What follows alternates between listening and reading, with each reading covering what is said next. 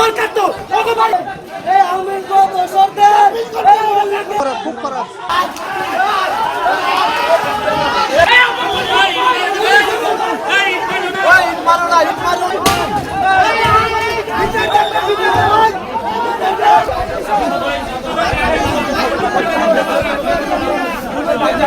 हमारे मार्से आलिम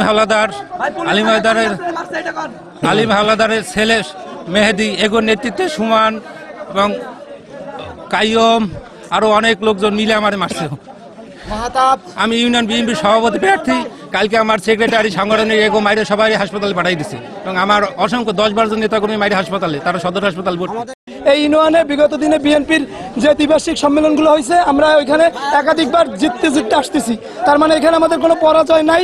এখন এই নির্বাচনটারে বালচার করার জন্য এরা এই অতর্কিত হামলা চালাইছে, আমাদের লোকজনকে গালাগালি করছে। তো গালাগালি করার পর আসার সময় আমাদের পথে 4-5 জনের পাইছে, পাইয়ে কোনো কথা নেই, বেদরক মার অস্ত্রের কানা দিয়ে কাঁদেছে। সেই অস্ত্রের কাঁচাটা খুলে পড়ে গেছে, সেটাও পুলিশ উদ্ধার করছে। এরা অস্ত্র নিয়ে মানে পুরোই অ্যাটাকে গেছিল যে আমাদের মারবে, তার কারণ আমরা হচ্ছে তাদের প্রতিপক্ষ। আমাদের পিছন থেকে দাওয়াত আছে, পিছন দিয়ে চাইনিজ কুড়াল দিয়ে দাও দিয়ে খুব দিয়েছে আমাদের মল্লিকপুর ইউনিয়ন দ্বিবার্ষিক কাউন্সিলের জন্য আমাদের ইউনিয়নের যে নেতৃবৃন্দ আছে তারা প্রচারণার জন্য তারা সর্বাত্মকভাবে প্রচারণা চালাচ্ছিল।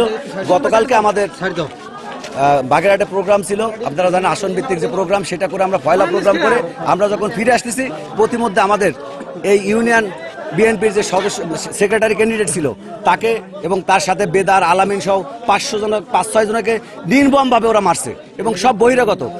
সেই শান্তিপূর্ণ কর্মসূচির ভিতরে ওরা অতর্কিত ইট পাটকেল রামদা কুড়াল যা ছিল তাই নিয়ে এসে আমাদের সেই জনসংযোগ হামলে পড়ছে। এবং এরা হচ্ছে আলিমের গ্রুপের লোক, আলিম, হুমায়ুন খা, অ্যাডভোকেট হুমায়ুন কবির এবং হালিম, ওরা 3 জন হচ্ছে এই গ্রুপের ক্যান্ডিডেট। তারা প্রকাশ্য থেকে নেতৃত্ব দিচ্ছেন।